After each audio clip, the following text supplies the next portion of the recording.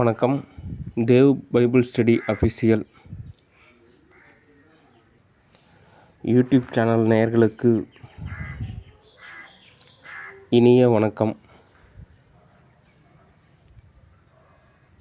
யதார்த்த ரீதியாக நீங்கள் ஆதியாகமம் எடுத்து படிக்கிறப்போ நிறையா தகவல் சொல்லியிருக்காங்க. பழைய ஏற்பாட்டோட தாக்கம் யதார்த்த ரீதியாகவே இருக்குது. என்ன தான் புதிய ஏற்பாடு, அதுக்கப்புறம் ஆண்டவர் எல்லாமே ஓகே, ஆனாலும் பழைய ஏற்பாட்டோட தாக்கம் அதிகமாகவே இருக்குது. அப்படின்றப்ப அந்த பழைய ஏற்பாட்டில் நிறையா வசனங்களை வாசிக்கணும். ஓகே, முதலாவது ஆண்டவர் இந்த உலகத்தை படைத்தார். அதுக்கப்புறம் ஆதாம் ஏவாளை படைத்தார். அதுக்கப்புறம் ஒரு மரத்தை படைத்தார். அந்த மரத்தோட கனியை சாப்பிடக்கூடாதுன்னு சொன்னார். அதுக்கப்புறம் என்ன நடந்தது? அந்த சிமுலேஷன் சொல்லுவாங்க. அந்த சிமுலேஷன் நிலையில் ஒரு சர்பத்துக்கு மேலே அந்த ஒரு சேவாதாரில் யாரோ ஒரு நபராக இருக்கலாம் வந்துட்டு ஓரளவு இந்த மாதிரி அதை சாப்பிடுங்க அப்படின்னு சொல்லி அதை சாப்பிட்டு எரர் ஏற்பட்டுருச்சு. உடனே இப்போ என்ன, அந்த சர்பம் யார், அந்த சர்பத்துக்குள்ளே வந்த அந்த சிமுலேஷன் யார், அந்த சேவாதார் யார் அப்படின்னு ஒரு ஆராய்ச்சி. ஒருவேளை அந்த சேவாதார் யாருன்னு கண்டுபிடிச்சாலுமே அவங்களும் பார்த்திங்கன்னா ஆண்டவரால் படைக்கப்பட்ட ஒரு ஆவி நிலையில் இருக்கக்கூடிய ஒரு நபர் தான். ஏதோ ஒரு சூழ்நிலையில் மேலேருந்து கீழே தள்ளப்பட்டாங்க. ஓகே, அவங்கள கண்டுபிடிச்சி இதுக்கப்புறம் என்ன பிரயோஜனம்? ஓகே, அதனால் அவங்களுமே கண்டுபிடிச்சி விசாரித்ததுக்கப்புறம் என்ன சொன்னாங்க அப்படின்னா சாரி அப்படின்னு சொன்னாங்க. அவ்வளோதான். சரி, அடுத்து இன்னொரு தகவல் என்ன அப்படின்னா, அந்த ஆண்டவர் இந்த உலகத்தை படைத்தார், ஆதாம் ஏவாளை படைத்தாங்க, அதுக்கப்புறம் மரத்தை படைத்தாங்க, அதுக்கப்புறம் அதை சாப்பிடக்கூடாதுன்னு சொன்னார். இவங்க போய் சாப்பிட்டாங்க. இப்போ இன்னொரு தரப்பு என்ன சொல்கிறாங்க அப்படின்னா, ஆண்டவர் வந்துட்டு பரீட்சை வச்சார், நீங்கள் அதை சாப்பிடுவீங்களா சாப்பிட மாட்டிங்களா? ஒரு வேளை நீங்கள் சாப்பிட்டுட்டிங்களா அப்போ நீங்கள் தோற்று போயிட்டீங்க, நீங்கள் சாப்பிடாமல் இருந்தீங்கன்னா ஜெயிச்சிருப்பீங்க, தோற்று போயிட்டீங்க, அதனால் நான் வந்துட்டு நீங்கள் இப்படிலாம் பண்ணிடக்கூடாது அப்படின்னு நான் சொல்லிட்டேன், நீங்கள் வேறு இடம் பார்த்துக்குங்க அப்படின்னு நான் சொல்லிட்டேன் அப்படின்னு ஒரு தரப்பு சொல்கிறாங்க. இன்னொரு தரப்பு என்ன சொல்கிறாங்க அப்படின்னா, இந்த மாதிரி நிறைய தகவல் சொல்கிறாங்க. ஆனால் என்னோட நிலையில் நான் ஒரு தகவல் சொல்கிறேன், அது வந்துட்டு உண்மையோ பொய்யோ, ஆனால் அந்த ஒரு பதார்த்தத்துக்கு ஓரளவு தோதாக இருக்கும். அதுக்கப்புறம் வந்துட்டு நான் என்ன எதுன்றது நான் உங்களுக்கு ஓரளவு தோதாக சொல்கிறேன். ஓகே, அதாவது ஆண்டவர் படைக்கிறப்போ எப்படி படைத்தார் அப்படின்னா, தன்னோட சாயலில் வந்துட்டு ஒரு மனுஷனை படைத்தார். ஓகே, இங்கே இருக்கக்கூடிய மண்ணை எடுத்து அது சரீரமாக மாற்றி நாசியில் வந்துட்டு ஜீவ சுவாசத்தை கொடுத்தாங்க. இப்போ நான் சொல்லக்கூடிய பேர் வந்துட்டு பைபிளில் இருக்கக்கூடிய ஒரு தகவல் மட்டும்தான். தனிப்பட்ட ஒரு நபரை வந்து சார்ந்து நம்ம சொல்கிறது அப்படின்றது மிங்கல் படுத்துறது அப்படின்றது தோதாகாது. அதுக்கப்புறம் ஆதாம் உயிர் பெற்றாங்க. அதுக்கப்புறம் ஆதாமோட விலா எலும்பு எடுத்து ஏவாளை படைத்தாங்க. அதுக்கப்புறம் வந்துட்டு ஏதோ ஒரு சூழ்நிலையில் போயிட்டு அவங்க ஒரு கனியை சாப்பிட்டாங்க. கனியை சாப்பிட்டதுக்கப்புறம் ஆண்டவரோட நிலையை பொறுத்த வரைக்கும் எப்படி இருந்தது அப்படின்னா, அவர் ரொம்பவே மென்மையானவர், ரொம்பவே பார்த்திங்கன்னா பண்பானவர். அந்த இரக்கம், கருணை அப்படிலாம் சொல்கிறாங்கல்ல, அந்த மாதிரியான வார்த்தைக்கெல்லாம் அவர் தான் ஒரு அடையாளமே. அப்படிப்பட்ட நபர் அவர். இந்த மாதிரி நீங்கள் சாப்பிட்டுட்டிங்களா, அதை சாப்பிட்டு ஒரு ரியாக்ஷனுமே இல்லாமல் இருந்தால் கூட ஒன்றும் தெரிவிச்சிருக்காது. அதை சாப்பிட்டதோடனே இவங்க என்ன பண்ணிட்டாங்க, ஆனால் நம்ம நிர்வாணமாக இருக்கோம், நம்ம உடனே இலத்தலை எடுத்து மறைச்சிக்கணும்னு சொல்லிட்டு இலத்தலை எடுத்து கட்ட ஆரம்பிச்சிட்டாங்க. உடனே அவர் வந்துட்டு நீங்கள் இந்த கனியை சாப்பிட்ருக்கீங்க, அந்த கனியை சாப்பிட்டனால உங்களோட நிறைய எஃபெக்ட் எல்லாமே மாறி இருக்குது, நிறைய விஷயம் மாறிடுச்சு. உடனே அவர் வந்துட்டு கோவப்பட்டார். இது நீங்கள் உளவியல் ரீதி எப்படி அணுகணும் அப்படின்னா, ஒரு குடும்பம் இருக்குது, அந்த குடும்பத்தில் வந்து பார்த்திங்கன்னா ஒரு தந்தை இருக்கார், அவர் வந்து பார்த்திங்கன்னா ஒரு பெரிய பிஸ்னஸ் மேன், அவரோட குழந்தைங்க இருக்காங்க, குழந்தைங்க ஸ்கூலுக்கு போகிறாங்க, படிக்கிறாங்க. ஒரு நாள் அந்த ஒரு குழந்தையாக இருக்கக்கூடிய ஒரு நபர் என்ன பண்ணுறாங்க, அப்பாவோட ஆஃபீஸ் ரூம் போயிட்டு அங்கே இருக்கக்கூடிய டாக்குமெண்ட்ஸ் எடுத்து படிக்கிறப்போ நிறையா லோனு, நிறையா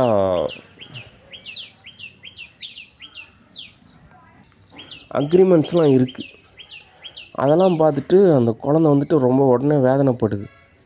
அடுத்த நாள் அவங்க அப்பா எப்பயும் போல் சகஜமாக ஸ்கூலுக்கெலாம் போனீங்களா, என்ன ஆச்சு, என்ன ஹோம்ஒர்க் கொடுத்தாங்க என்ன அப்படின்ற மாதிரி கேட்டுட்ருக்கிறப்போ, இந்த குழந்தை என்னது நான் அப்பாவோட ஓரளவு ஸ்டாண்டர்டில் படிக்கிறப்போ இந்த மாதிரி லோன்லாம் படித்தேன், இவ்வளோ கடன் இருக்கா, இவ்வளோ அக்ரிமெண்ட்ஸ் இருக்கா அப்படின்னு சொல்லிட்டு எனக்கு நீ வேதனையாக இருக்குது அப்படின்னு அந்த குழந்தை சொல்கிறதுக்கு அவங்க அப்பா சொல்லிட்டு, நீ ஏன் இதெல்லாம் வேதனைப்படுற, உன்னோட வேலை என்ன, நீ படிப்பில் கவனம் செலுத்தணும், நீ நல்லா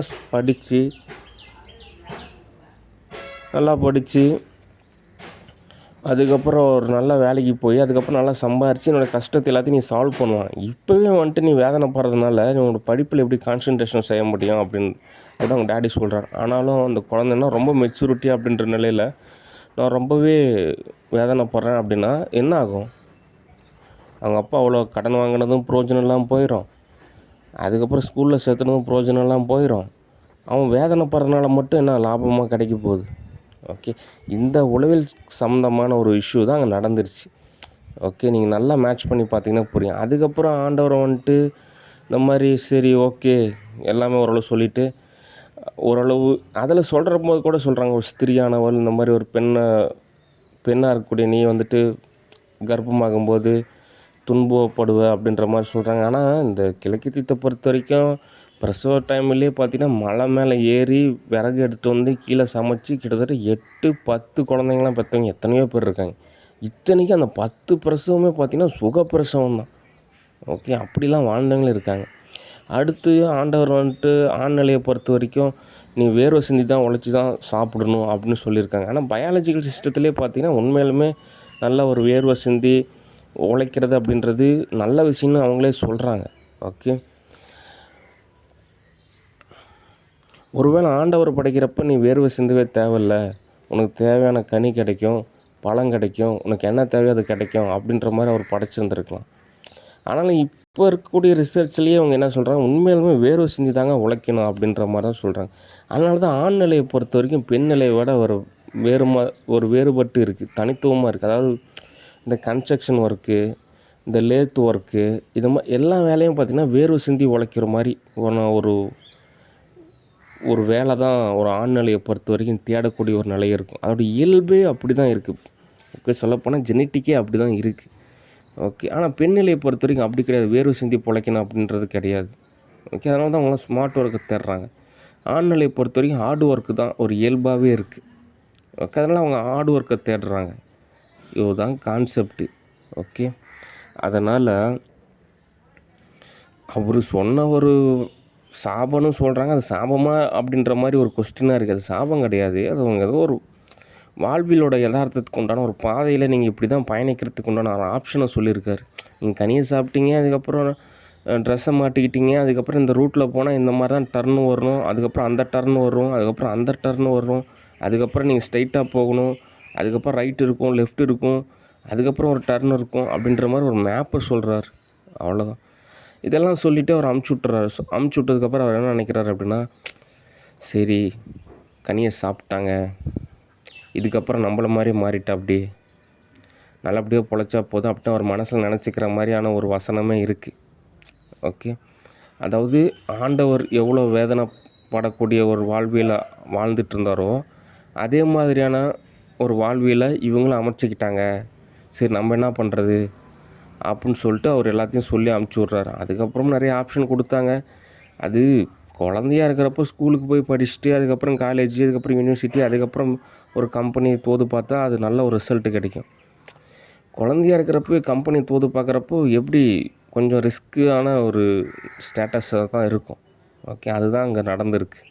அதுக்கப்புறம் ஆண்டவர் சொல்லி பார்த்தாரு அப்படிங்க இப்படிங்க, அதுக்கப்புறம் இந்த நோவா அது எல்லாமே உங்களுக்கே புரியும். ஓகே, அதனால் ஆதியாகமத்தை பொறுத்த வரைக்கும் நான் உங்களுக்கு ஓரளவு தெளிவாகவே நான் சொல்லியிருக்கேன். ஓகே,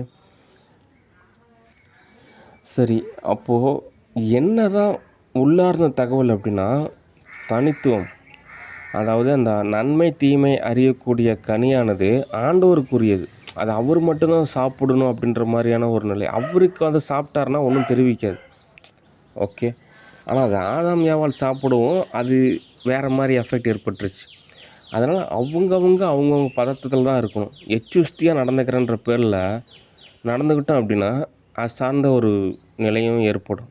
ஓகே, அடுத்து இதில் இன்னொரு உள்ளார்ந்த ஒரு அர்த்தம் இருக்குது, அர்ப்பணிப்பு அப்படின்றத பொறுத்த வரைக்கும் முழுமையான ஒரு நம்பிக்கைன்னு கூட சொல்லலாம். முழுமையான ஒரு செயல் அப்படின்னு கூட சொல்லலாம். முழுமையான ஒரு பதன்னு கூட சொல்லலாம். அதாவது இது ஆதாம் ஏவாள் இருந்தாங்க. அந்த கனி அவங்களுக்கு கிடைச்சிது. உடனே அந்த கனியை எடுத்துகிட்டு போய் ஆண்டவர்கிட்ட கொடுத்து, இந்த மாதிரி கனி எங்களுக்கு கிடைச்சிது, இதை நீங்கள் சாப்பிடக்கூடாதுன்னு சொன்னீங்க. முதல்ல நீங்கள் சாப்பிடுங்க, அதுக்கப்புறம் வேணால் நாங்கள் சாப்பிட்றதா வேணாமான்னு யோசிக்கலாம். எல்லாத்தையும் அர்ப்பணிக்கிறது அப்படின்ற மாதிரி இருந்திருந்தால் கூட ஆண்டவர் வந்துட்டு, பரவாயில்லையே, அவங்க அவ்வளோ சொல்லியுமே நீங்கள் வந்துட்டு சாப்பிடாம என்கிட்ட கொண்டு வந்து கொடுக்குறீங்க அப்படின்னு அவர் நினச்சிருப்பார். ஆனால் அந்த இடத்துக்கு போயிருக்கவும் கூடாது, அதை சாப்பிட்ருக்கவும் கூடாது.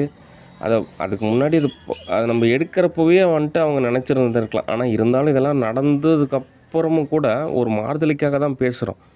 அந்த கனியை எடுத்துகிட்டு போய் இவங்க சாப்பிடாம ஆண்டவர்கிட்ட கொடுத்துருந்தா கூட சரி, ஓகே. அதனால அதுவுமே பார்த்திங்கன்னா ஒரு ஸ்டேட்டஸை பொறுத்த வரைக்கும் கொஞ்சம் தாறுமாறான விஷயந்தான். ஓகே. யதார்த்த ரீதியாக மனித வாழ்வியலை பொறுத்த வரைக்கும் அர்ப்பணிப்பு இருக்கணும். ஒரு மனித நிலையை பொறுத்த வரைக்கும் அர்ப்பணிக்கிறப்போ என்ன ஆகும் அப்படின்னா, எரர் ஆகும் அல்லது வேஸ்ட் ஆகும். ஓகே. ஒரு சரியான பதார்த்தத்துக்கு மட்டும்தான் நம்ம அர்ப்பணிக்கணும். அப்போ மட்டும்தான் அதை வந்து லாபமாக மாறும், நல்ல ரிசல்ட் கிடைக்கும். ஓகே. அதனால் அர்ப்பணிப்பு அப்படின்றத பொறுத்த வரைக்கும் நீங்கள் என்னையே தோது பார்க்கலாம். ஓகே. ஏன் அப்படின்னா, இந்த அர்ப்பணிப்பு அப்படின்ற ஒரு தலைப்பில் ஒரு வீடியோ அப்லோட் பண்ணுங்க அப்படின்னு சொல்லிட்டு ஸ்ரீ மகாகுரு தேவ் ஆசிரமத்தில் நிறையா பேர் தோது பார்த்தாங்க. அந்த தேவ் பைபிள் ஸ்டடியிலே நான் உங்களுக்கு சொல்லிட்டேன். எல்லாமே ஒரே பாதையில் பயணிக்கக்கூடிய ஒரு விஷயந்தான். ஓகே. அதனால் நீங்கள் அர்ப்பணிப்பு எனக்கு தோது பாருங்கள். ஓகே. இது இன்னும் உங்களுக்கு புரிகிற மாதிரி சொல்லணும் அப்படின்னா, அதாவது பைபிளை பொறுத்த வரைக்கும் ஒரு தனியான ஒரு நிலையில் வந்துட்டு நம்ம தோது பார்க்குறதுன்ற சிரமம். ஒட்டுமொத்த உலகமே ஒரு பைபிள் தான். ஒட்டுமொத்த உலகமே ஒரு பகவத்கீதை தான். ஒட்டுமொத்த உலகமே ஒரு குரான் தான். இங்கே எல்லாமே ஒரே நிலையில் தான் இருக்குது. நீங்கள் மெக்கானிக்கல் இன்ஜினியரிங் எடுத்திங்கன்னா உலகமே மெக்கானிக்கல் இன்ஜினியராக தெரியும். நீங்கள் சிவில் இன்ஜினியரிங் எடுத்திங்கன்னா உலகமே சிவில் இன்ஜினியரிங்காக தெரியும். நீங்கள் ட்ரிபிள் எடுத்திங்கன்னா உலகமே ட்ரிபிளியாக தெரியும். அதனால் எல்லாமே ஒரே பதம் தான். ஓகே.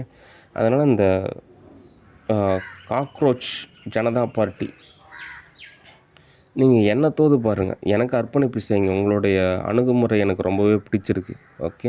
ஆனாலும் நானும் உங்களுக்கு ஒரு சில ட்ரைனிங் கொடுக்குறேன். ஓகே. அதை நீங்கள் அப்படியே ஃபாலோ செஞ்சுக்கிட்டால் போதும். என்னோடய இன்டெலிஜென்ட் டீமோ பர்சனல் டீமோ நான் சொல்கிறத வந்துட்டு நீங்கள் மறக்காமல் ஃபாலோ பண்ணிங்கனாலே போதும். நிறைய நல்ல ரிசல்ட் கிடைக்கும். ஓகே.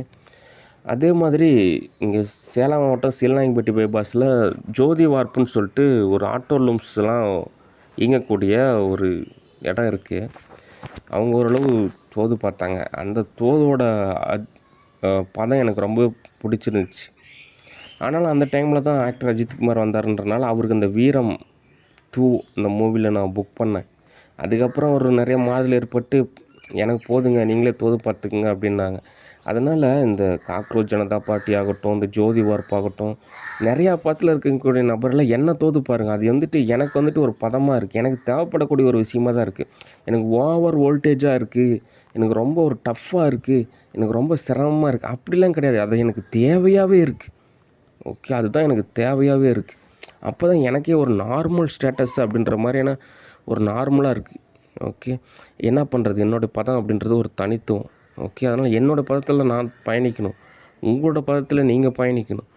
நான் வந்துட்டு உங்களை மாதிரி மாறினாலோ இல்லை நீங்கள் வந்துட்டு என்ன மாதிரி மாறினாலோ அது வந்து பார்த்திங்கன்னா ஒரு எரராக மாற்றத்துக்கு சான்சஸ் இருக்குது. அதனால் என்னோடய பதத்தில் நான் செயல்படணும், உங்களோட பதத்தில் நீங்கள் செயல்படணும். அதுதான் நல்லது. அதனால் என்றைக்குன்னா ஆதியாகமத்தில் நடந்த நிகழ்வையும், அடுத்து அர்ப்பணிப்புனா என்ன அப்படின்றதையும், அடுத்து தனித்துவம் அப்படின்னா என்ன அப்படின்றதையும் நான் உங்களுக்கு தெளிவாக சொல்லியிருக்கேன். ஓகே. அடுத்து உளவியல் ரீதியாக பைபிள் ஸ்டடியை பொறுத்த வரைக்கும் எனக்குமே மிகவும் ஒரு ஆர்வம் இருக்குது. ஓகே. ஆனால் எனக்கு ஓரளவுக்கு கேஷ் கிடச்சிது அப்படின்னா எனக்கு ஓரளவுக்கு தோதாக இருக்கும். ஓகே. ஆனால் எர்த்தை பொறுத்த வரைக்கும் ஒரு காலத்தில் எல்லாமே இலவசமாக இருந்தது. ஆனால் இப்போ எல்லாமே வந்து பார்த்திங்கன்னா காசு. ஓரளவு காசு கிடைக்கிறப்போ உங்களுக்கு எல்லாமே தோதாக அமைச்சு தருவேன். ஓகே. சரி. நன்றி, வணக்கம், பாய்.